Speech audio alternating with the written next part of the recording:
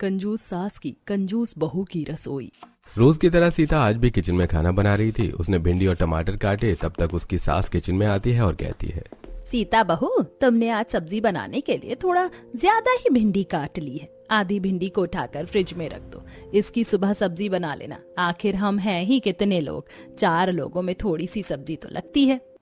लेकिन माँ जी, इतनी भिंडी तो हम सब अभी मिलकर खा लेंगे और कल तक तो बाकी भिंडी सूख भी जाएगी, इसीलिए आज ही बना लेती हूँ। अरे नहीं बहू, ज्यादा बन जाएगी तो फेंकी जाएगी। तुम आधी भिंडी उठाकर फ्रिज में रख दो, कल बना लेना। ऐसा कहकर शोभा वहाँ से चली जाती है। सीता अपने आप से कहती है, पता नहीं माँ जी इतनी कंजूस क्यों है, हर चीज में कमी करती है। इतनी भिंडी कोई ज्यादा थोड़ी ना है, लेकिन उन्हें कौन समझाए। जाने दो, मैं तो इतना ही बना लेती हूँ। सीता खाना बनाकर सभी को लगा देती है। सभी खाना खाना शुरू करते हैं। तभी कमल कहता है, अरे वाह सीता, तुमने तो बहुत ही स्वादिष्ट सब्जी बनाई है। थोड़ी और भिंडी बची है क्या? मुझे थोड़ी और भिंडी दे दो। तभी सीता देखती है कि कढ़ाई में भिंडी खत्म हो गई है। सीता अपनी प्लेट की भिंडी कमल को देती हुई कहती है, आप मेरी भिंडी खा लीजिए, मैं अचार से रोटी खा लेती हूँ। तभी शोभा अपनी प्लेट से थोड़ी सी भिंडी सीता को देती हुई कहती है, अरे सीता, मेरे पास सब्जी थोड़ी ज्यादा है, इतनी सब्जी मैं नहीं खाती, तुम ये खा लो। ये देखकर सीता का देवर नीलेश कहता है, माँ, लेकिन तुमने इतनी कम सब्जी क्यों बनवाई थी? बेटा, ज्यादा सब्जी बनती है तो फेंकी जाती है। हम 4 ही लोग तो घर में हैं, इतनी सब्जी बहुत हो जाती है। अगले दिन शोभा अपनी बहू से कहती है, सीता बहू, चल जरा बाजार से सब्जियां ले आते हैं। सास बहू दोनों सब्जियां लाने के लिए मार्केट जाती हैं। तब शोभा एक ठेले पर जाती है और उससे कहती है, अरे भैया, ये गोभी क्या भाव दिए?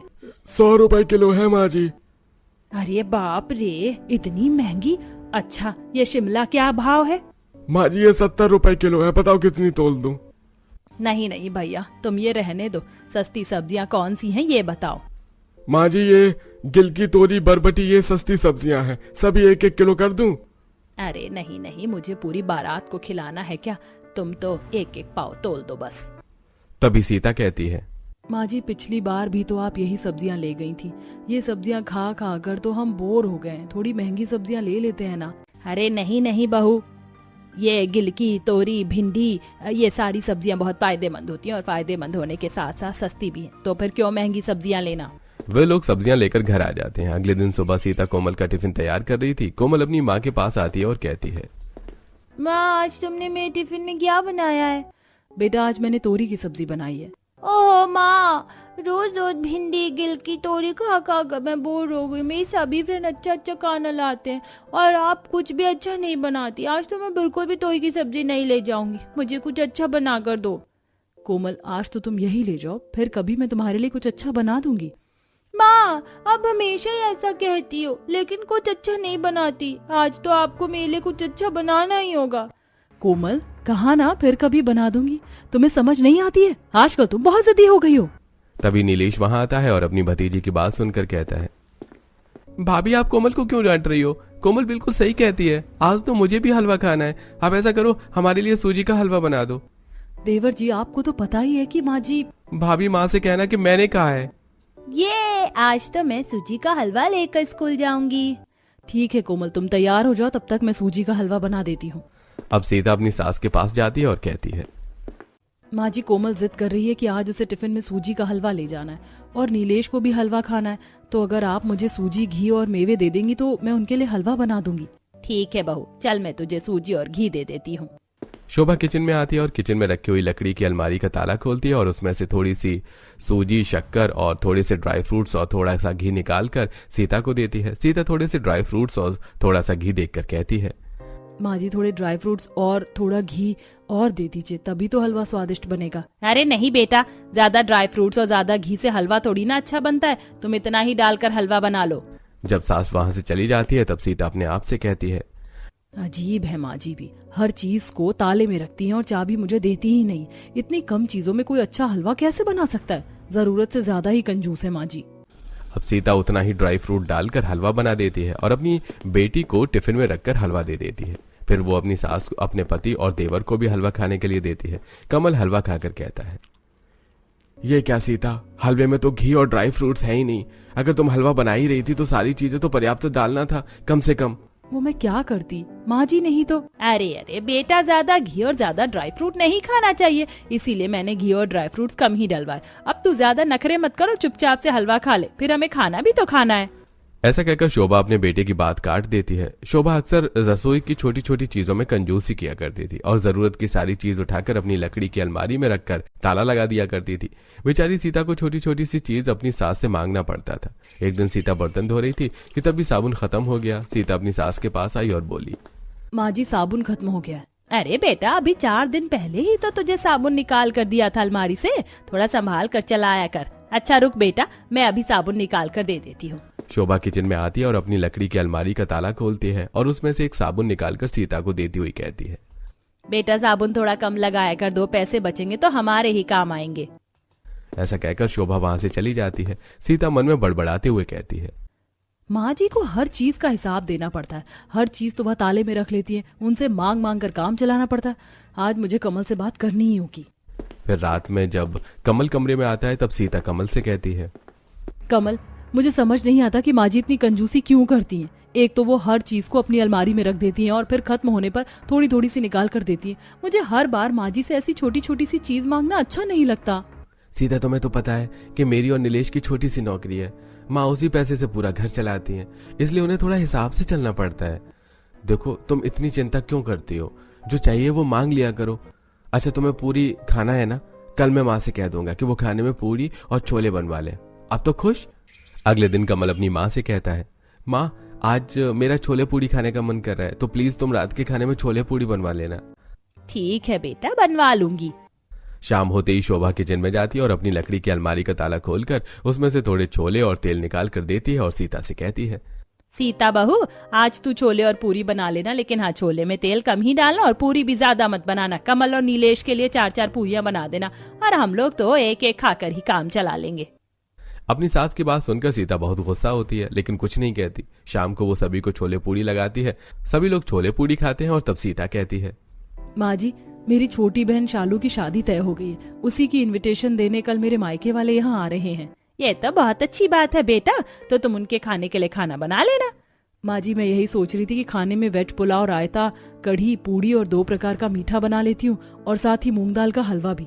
अरे अरे बेटा, अपनी तेज रफ्तार गाड़ी को थोड़ी सी लगाम लगाओ, इतना सब कुछ बनाने की क्या जरूरत है? बनाने दो ना माँ, भाभी के मायके वाले रोज थोड़े आते हैं। हाँ बेटा, वो तो ठीक है, लेकिन अगर इतना सब कुछ बन जाता है तो मेहमान कोई भी चीज स्वाद लेकर नहीं खा पाते। इसलिए तुम तो बस एक मीठा बना लेना और कढ़ी, पूड़ी और सारे चावल ही बना लेना। सीता को ये बात बहुत बुरी लगती है, लेकिन वो कुछ नहीं कह पाती। अगले दिन उसके मायके वाले आते हैं। सीता की माँ शोभा से कहती है, बहन जी, हमने रीना बेटी की शादी तय कर दी है, अगले हफ्ते उसकी मंगनी है, तो आप सब हमारे घर जरूर आना। हाँ हाँ बहन जी, जरूर आएंगे और आपको बहुत बहुत बधाई। फिर सीता सबका खाना लगा देती है और सभी लोग खाना खाते हैं। फिर वापस जाते समय सीता की भाभी सीता से कहती है, सीता, मूंग दाल का हलवा तुमने बहुत अच्छा बनाया है, थोड़ा सा और मिलेगा? हलवा खत्म हो चुका था, इसलिए सीता बहाने बनाते हुए कहती है, वो भाभी, बचे हुए हलवे में कॉकरोच गिर गए, इसलिए आपको और नहीं मिल पाएगा। लेकिन रेखा समझ जाती है। फिर जाते समय सीता उन्हें छोड़ने बाहर तक आती है तो रेखा कहती है, सीता, अगर तुम्हें और तुम्हारी सास को मेहमानों को बुलाना पसंद नहीं है तो हमें कह देते, हम फोन पर ही दावत दे देते, वरना मेहमानों की खातिरदारी का ये तरीका नहीं है कि तुमने खाना भी सही तरीके से नहीं बनाया। रेखा ऐसा कहकर चली जाती है। सीता को ये बात बहुत बुरी लगती है। वो अपने कमरे में आती है और रोने लगती है। तभी कमल वहां आता है और कहता है, क्या बात है सीता, मुझे बताओ, तुम रो क्यों रही हो? अब सीता सारी बातें कमल को बताती है। ये सारी बातें सुनकर कमल कहता है, ठीक है सीता, मैं अभी माँ से बात करता हूँ। अब कमल अपनी माँ के पास आता है और कहता है, ये क्या है माँ, तुम हर चीज में इतनी कंजूसी क्यों करती हो? यहाँ तक कि आज तुमने सभी के लिए पर्याप्त खाना तक नहीं बनवाया, कितनी बेइज्जती कर दी हमारी। कमल की बात सुनकर शोभा की आंखों में आंसू आ जाते हैं और वो कहती है, हम कोई करोड़पति तो नहीं है, तुम दोनों की छोटी सी सैलरी में घर चलाना पड़ता है, और उसमें भी अगर 2 पैसे बच जाएंगे तो वो तुम ही लोगों की काम आएंगे, मेरे नहीं। कमल को अपनी माँ की बात ठीक लगती है। वो सीता के पास आता है और समझाते हुए कहता है, सीता, माँ भी अपनी जगह सही है, तुम्हें माँ की बातों का इतना टेंशन लेने की जरूरत नहीं है, कुछ बातें तो टाली भी जा सकती है ना। ऐसी समय बीत रहा था और बीतते समय के साथ अब नीलेश की शादी भी किरण से तय हो जाती है। जल्दी किरण दुल्हन बनकर शोभा के घर आ जाती है और आज किरण का अपने ससुराल में पहला दिन था। किरण की सास उसके पास आती है और कहती है, किरण बेटा, आज तुम्हारी पहली रसोई है, इसलिए सुबह की चाय तुम ही बना लो। हाँ माँ, मैं चाय बना देती हूँ और खाना भी बना लूंगी। खाने में पालक pulao, veg cutlet, mix veg आलू के पराठे, पूरियाँ। किरण बेटा जरा ठहरो, तुम्हें इतना सब कुछ बनाने की क्या जरूरत है? वैसे भी शादी में दुल्हन को बहुत थकान हो जाती है। अब काम करके और मत थको, खाना सीता बना लेगी, तुम तो बस चाय बना लो। अब सीता किचन में खाना बनाने के लिए जाती है तो किरण भी पीछे से आकर कहती है, रुकिए सीता दीदी, मैं भी आपकी मदद करवाती हूँ। सीता खाना बनाते समय सब्जी में थोड़ा ही तेल डालती है। ये देखकर किरण कहती है, सीता दीदी, आपको नहीं लगता कि सब्जी में तेल बहुत कम है? इतनी तेल में तो सब्जी अच्छी तरह बनेगी ही नहीं। किरण, हमारे यहाँ सभी चीज़ें बहुत कम कम यूज़ होती हैं। सब्जी में तेल भी कम डलता है और मसाले भी, और बाकी चीज़ें भी बहुत कंजूसी से इस्तेमाल करना पड़ता है, क्योंकि माँ जी को ज़्यादा खर्च करना पसंद नहीं है। अच्छा, लेकिन किरण, हर घर के रूल अलग अलग होते हैं। तुम यहाँ रहते रहते यहाँ के तौर तरीके सीख जाओगी। किरण को ये बात सुनकर काफी अजीब लगता है। अगले दिन किरण नीलेश से कहकर कुछ चीजें मंगवा लेती है और शाम को सीता से कहती है, दीदी आज खाना मैं बनाऊंगी, देखो मैंने कितनी चीजें मंगवाई है। लेकिन किरण, तुम्हें ये सब मंगवाने से पहले माँ जी से पूछना चाहिए था। अरे दीदी, इसमें पूछने की क्या बात है? मेरा मन किया कि मैं आप सबको कुछ बना कर खिलाऊं, सो मैंने मंगवा लिया। ऐसा कहकर किरण खाना बनाना शुरू करती है। तभी उसकी सास वहां पर आती है और इतनी सारी चीजें रसोई में देखकर कहती है, अरे किरण बहू, इतनी सारी चीजें मंगवाने की क्या जरूरत थी? फिर ज्यादा खाना बन जाएगा तो जबरदस्ती फेंका जाएगा। ऐसा करो, इनमें थोड़ी बहुत चीजें निकाल लो, बाकी का मुझे दे दो, मैं अंदर रख देती हूँ, जब जरूरत हो तो मांग लेना। शोभा थोड़ा बहुत छोड़कर बाकी चीजें अपनी लकड़ी की अलमारी में रखकर ताला लगा देती है। किरण को अपनी सास की ये बात बहुत बुरी लगती है। उनके जाने के बाद वो सीता से कहती है, सीता दीदी, क्या बात हुई भला? माँ जी को इतनी भी कंजूसी नहीं करनी चाहिए। जाने दो किरण, माँ जी की कंजूसी करने की आदत पड़ गई है। हमें ही समझ कर चलना होगा। अब अपना मूड ठीक करो और चलो हम खाना बना लेते हैं। दोनों मिलकर खाना बनाती हैं और सभी को लगाती हैं। नीलेश खाना देखकर कहता है, अरे किरण, आज तो तुम 3 तरह की सब्जी और पूरी और मिठाई बनाने वाली थी, तो फिर? हाँ, बनाने वाली तो थी, लेकिन शायद माँ जी को अलग अलग तरह का खाना बनवाना पसंद नहीं है। माँ, आपने मना किया? अरे नहीं बेटा, मैं क्यों मना करूंगी? मैं तो बस ये कह रही थी कि इतने लोगों में बहुत ज्यादा खाना बनाने से खाना फेंका जाता है और हमें कभी भी अन्नपूर्णा माँ का अपमान नहीं करना चाहिए। नीलेश, माँ ठीक ही कह रही है। ऐसे कुछ दिन बीत जाते हैं। एक दिन कोमल अपनी माँ से कहती है, माँ कितने दिन हो गए घर में कुछ अच्छा खाने को नहीं बना। माँ आज खीर और पूरी बनाओ ना, और साथ में थोड़ा पुलाव भी, मेरा बहुत मन कर रहा है ये सब खाने का। कोमल, जरूरी नहीं कि जो मन कहे वही करना चाहिए। थोड़े दिन रुक जाओ, फिर मैं तुम्हें खीर पूरी खिलाऊंगी। क्या माँ, आप हमेशा ही मुझे टाल देती हो? मैं कुछ नहीं जानती, आज तो मुझे खीर पूरी और पुलाव ही खाना है। कोमल, कहा ना तुमसे कि अभी नहीं बनेगा। ये सब तुम्हें समझ नहीं आती क्या? अपनी माँ की डांट खाने के बाद कोमल रोने लगती है। तब तक वहां पर किरण आ जाती है। किरण के पूछने पर सीता उसे सब कुछ बताती है। ये सुनकर किरण कहती है, लेकिन दीदी, कोमल क्या गलत कह रही है? अगर वो कुछ अच्छा खाना चाहती है तो हम बना देते हैं। किरण, माँ जी हमें इसकी परमिशन कभी नहीं देंगी। दीदी, हम भी इस घर की बहुएं हैं, हमें हर बात के लिए परमिशन की जरूरत नहीं होनी चाहिए। कोमल बेटा, मैं तुम्हें बनाकर खिलाऊंगी आज खीर पूरी और पुलाव। ऐसा कहकर किरण नीलेश के पास जाती है और कहती है, नीलेश, मेरे साथ बाजार चलो, मुझे कुछ चीजें लानी है, आज मैं अपनी पसंद का खाना बनाऊंगी। ठीक है किरण, मैं तैयार हो जाता हूँ। अब दोनों बाजार के लिए निकलते हैं। तभी शोभा कहती है, अरे बहू, कहाँ जा रही हो?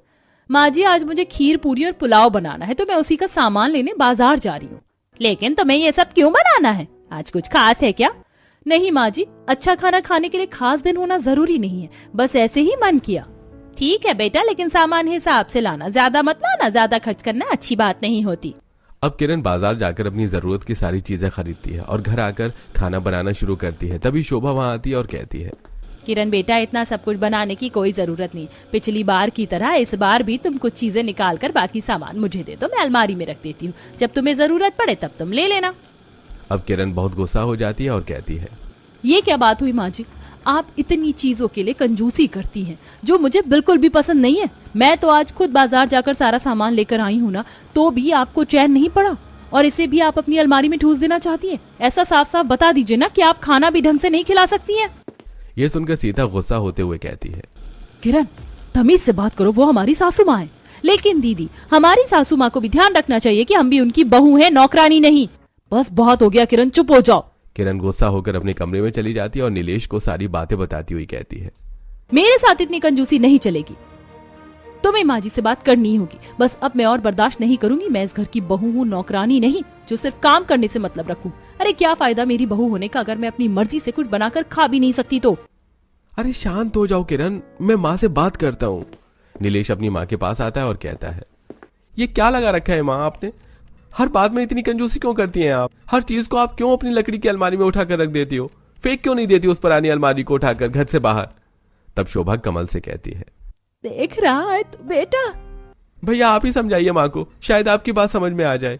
ऐसा कहकर नीलेश गुस्से में बाहर चला जाता है। कमल अपनी माँ से कहता है, माँ तुम चिंता मत करो, अगर खर्चा अच्छे से नहीं चल पा रहा है तो मैं थोड़ा और पैसों का इंतजाम करता हूँ।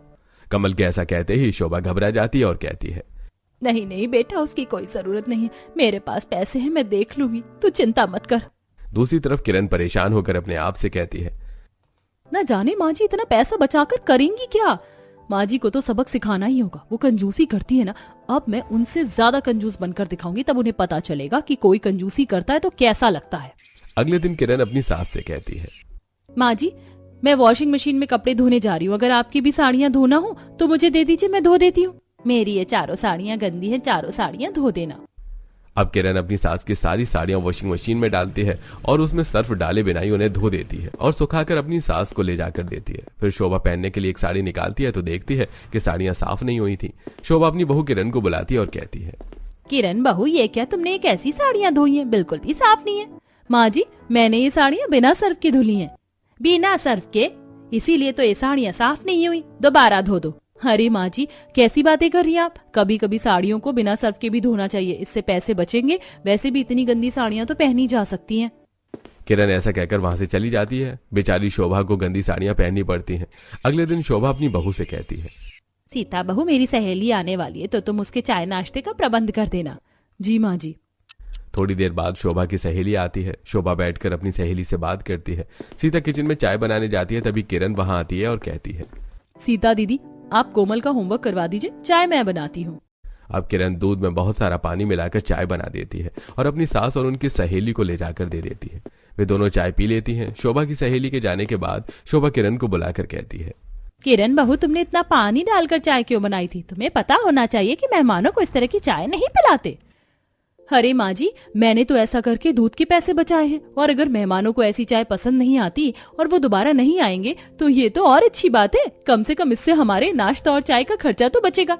आप चिंता मत कीजिए माँ जी, मैंने जो किया वो बिल्कुल ठीक किया। ऐसा कहकर किरण अपने कमरे में चली जाती है। बेचारी शोभा अब कहती भी तो क्या, ऐसे ही 3 दिन गुजर जाते हैं और आज शोभा खाना खाकर अपने कमरे में जाती है तो है कि उसके कमरे की लाइट खराब हो गई थी। तभी सीता वहां आती है और कहती है, माँ जी आपके कमरे की लाइट खराब हो गई है, रुकिए मैं अभी किचन की लाइट आपके कमरे में लगा देती हूँ और रात को इनसे दूसरी लाइट मंगवाकर किचन में लगा दूंगी। सीता किचन में लाइट लेने के लिए जाती है। तभी किरण कहती है, लाइए दीदी माँ जी के कमरे में लाइट की व्यवस्था मैं कर देती हूँ, आप अपने कमरे में जाकर आराम कीजिए। सीता किरण की बात सुनकर अपने कमरे में चली जाती है। किरण एक मोमबत्ती उठाती है और अपनी सास के कमरे में जलाकर ले जाती है और उसे रखते हुए कहती है, माँ जी ये लीजिए आपके कमरे में मोमबत्ती जला दी। बल्ब लाने के लिए मैंने ही मना कर दिया। आप तो जानती है माँ जी की बिजली कितनी महंगी है और बिजली का कितना बिल आता है। कुछ दिन इस मोमबत्ती से काम चला लीजिए, कम से कम इसी बहाने बिजली का बिल तो कम होगा। ऐसा कहकर किरण वहां से चली जाती है। अगले दिन सभी लोग खाना खाकर उठते हैं तो शोभा कहती है, अरे बहू मेरा सौंफ का डिब्बा कहाँ गया? ये रहा माँ जी। शोभा देखती है कि डिब्बे में सौंफ खत्म हो गई थी। वो कहती है, अरे सौंफ तो खत्म हो गई। सीता तुझे पता है मुझे खाने के बाद सौंफ खाने की आदत है, तो तूने मंगवाया क्यों नहीं? माँ जी मैंने ही सीता दीदी को मना कर दिया था, सौंफ खाने से कुछ खास फायदे तो नहीं होते हैं, खाना तो हम पेट भर कर खा ही लेते, कम से कम इस तरह हम सौंफ के कुछ पैसे तो बचा लेंगे। अब शोभा समझ जाती है कि किरण उसके साथ ऐसा व्यवहार क्यों कर रही है। शोभा चुपचाप अपने कमरे में चली जाती है। अगले दिन नीलेश अपनी माँ से कहता है, माँ आज शाम को आप सभी तैयार रहना, हम सभी मिलकर शॉपिंग करने जाएंगे। ऐसा कहकर नीलेश चला जाता है। शाम को वो लोग नीलेश के साथ मॉल में शॉपिंग करने के लिए जाते हैं। नीलेश अपनी माँ से कहता है, माँ जिसको जो भी चाहिए वो सभी ले लो, पैसे मैं दे दूंगा। क्या सच में नीलेश? ओह थैंक यू, मुझे कुछ कपड़े चाहिए और कुछ ज्वेलरी और कुछ और सामान भी। दीदी चलिए हम दोनों अपने लिए कपड़े सेलेक्ट करते हैं, और कोमल तुम्हें खिलौने चाहिए थे ना, चलो खरीदते हैं। हाँ चलो चलो चाचू, मुझे लबुबू डॉल चाहिए। सीता और किरण शॉपिंग के लिए चली जाती हैं। तब शोभा नीलेश से कहती है, नीलेश बेटा एक बात बता, तेरे पास इतने पैसे कहाँ से आए जो तू सबको इतनी शॉपिंग करवा रहा है? माँ, पिछले कुछ दिनों से आपके और किरण के बीच जो कुछ भी चल रहा है वो मुझे अच्छा नहीं लगा, और फिर मैंने देखा कि घर में पैसों की कुछ ज्यादा ही तंगी थी, इसलिए मैंने 2 लाख रुपए का लोन ले लिया है। ये सुनकर शोभा के तो जैसे होश उड़ जाते हैं। वो कहती है, ये तू क्या कह रहा है बेटा? तुझे इस तरह से लोन नहीं लेना चाहिए था। क्या करता माँ, किरण को हर चीज के लिए मना करना अच्छा नहीं लगता, और मैं तुम्हें भी कुछ नहीं कह सकता था, इसलिए मुझे जो ठीक लगा वो मैंने किया। ऐसा कहकर नीलेश भी किरण के पास जाकर उसके साथ शॉपिंग करवाने लगता है। शोभा बहुत उदास हो जाती है। तभी शॉपिंग करके घर आ जाते हैं सभी लोग। शोभा चुपचाप अपने कमरे में चली जाती है। थोड़ी देर बाद 2 लाख रुपए लेकर बाहर आती है और नीलेश के हाथों में देती हुई कहती है, बेटा, तुम्हें इतनी छोटी सी बात के लिए लोन लेने की कोई जरूरत नहीं थी। अगर तुम्हें पैसों की जरूरत थी तो मुझसे कहना चाहिए था। ये लो 2 लाख रुपए, और अभी के अभी जाकर अपना लोन चुका दो। शोभा के पास 2 लाख रुपए हैं। ये देखकर घर के सभी लोग हैरान रह जाते हैं और नीलेश कहता है, माँ, तुम्हारे पास इतने पैसे हैं फिर भी तुम हमें इतना परेशान करती हो, हर चीज के लिए इतनी कंजूसी करती हो। माँ, तुम्हें शर्म आनी चाहिए ऐसा करते हुए। नीलेश सही कहता है माँ, तुमने कभी बताया नहीं कि तुम्हारे पास इतने पैसे रखे हुए हैं, और जब तुम्हारे पास पैसे हैं तो तुम इतनी कंजूसी क्यों करती हो? लेकिन शोभा कुछ नहीं कहती और 2 लाख रुपए नीलेश के हाथ में देकर अपने कमरे में चली जाती है। नीलेश उन 2 लाख रुपए से अपना लोन चुका देता है। ऐसे ही कुछ समय बीत जाता है। अचानक शोभा की बहुत तबीयत खराब हो जाती है। सभी लोग शोभा को अस्पताल ले जाते हैं। तब डॉक्टर कमल से कहता है, कमल, उनके पेट में कुछ प्रॉब्लम है, इनका तुरंत ही ऑपरेशन करना पड़ेगा, और इसके लिए कम से कम 1.5 लाख रुपए की जरूरत होगी।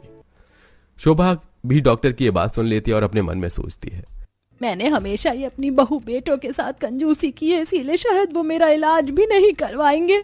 दूसरी तरफ डॉक्टर की बात सुनकर किरण कहती है, डॉक्टर साहब, आप पैसों की चिंता मत कीजिए, आप उनका ट्रीटमेंट कीजिए, पैसों का अरेंजमेंट मैं कर लूंगी। ऐसा कहकर किरण अपने पिताजी को फोन लगाती है और उनसे 2 लाख रुपए मांग लेती है और अस्पताल में वो पैसे जमा करवा देती है। शोभा का ऑपरेशन हो जाता है और कुछ ही दिनों में वो ठीक हो जाती है। सभी मिलकर शोभा को घर ले जाते हैं। जब शोभा को पता चलता है कि किरण ने उसके पिताजी से 2 लाख रुपए लिए, तब शोभा कहती है, किरण बेटा, तुम अब अपने पिताजी से लिए हुए पैसे उन्हें वापस कर दो। मेरे पास अभी भी 2 लाख रुपए हैं, मैं तुम्हें दे दूंगी। यह सुनकर सभी लोग हैरान हो जाते हैं। तब कमल कहता है, माँ, तुम्हारे पास अभी भी 2 लाख रुपए हैं? ये पैसे मैंने जीवन भर कंजूसी करके इकट्ठा किए हैं। तुम जानना चाहते हो ना कि आखिर मैं इतनी कंजूसी क्यों करती हूँ? तो सुनो, तुम्हारे पिताजी एक ड्राइवर थे। उन्होंने अपने भाई बहन की शादी के लिए लोन ले रखा था, इसीलिए वो दिन के साथ साथ रात में भी गाड़ी चलाते थे, और एक दिन नींद में गाड़ी चलाने की वजह से उनका एक्सीडेंट हो गया और उनकी मृत्यु हो गई। बस इसीलिए मैंने 1-1 रुपए कंजूसी करके बचा कर रखा था कि मेरे बच्चों को जीवन में कभी भी लोन ना लेना पड़े और लोन से होने वाली परेशानियों से वो बच सके। जब उन्हें लोन की जरूरत पड़े तो मैं ये पैसे दे सकूं। शोभा की ये बात सुनकर सभी लोग हैरान रह जाते हैं। तब किरण कहती है, माँ जी, हमने आपको गलत समझा, आप हमारे लिए ही ये सब कुछ कर रही थी। प्लीज माँ जी, हमें माफ कर दीजिए। हाँ माँ जी, किरण सही कह रही है, गलती हमारी ही है जो हम आपको समझ नहीं सके। दोनों बहू के साथ साथ उनके दोनों बेटे फिर से माफी मांगते हैं। माँ, अब आपको कंजूसी करने की कोई जरूरत नहीं पड़ेगी, मेरा प्रमोशन हो गया है। और माँ, मैं आपको बताया था ना कि मैं एक नया बिजनेस शुरू कर रहा हूं, वो बिजनेस शुरू हो चुका है और अच्छा चल रहा है। दोनों भाइयों की बात सुनकर शोभा बहुत खुश हो जाती है और इस तरह वो लोग खुशी खुशी रहने लगते हैं।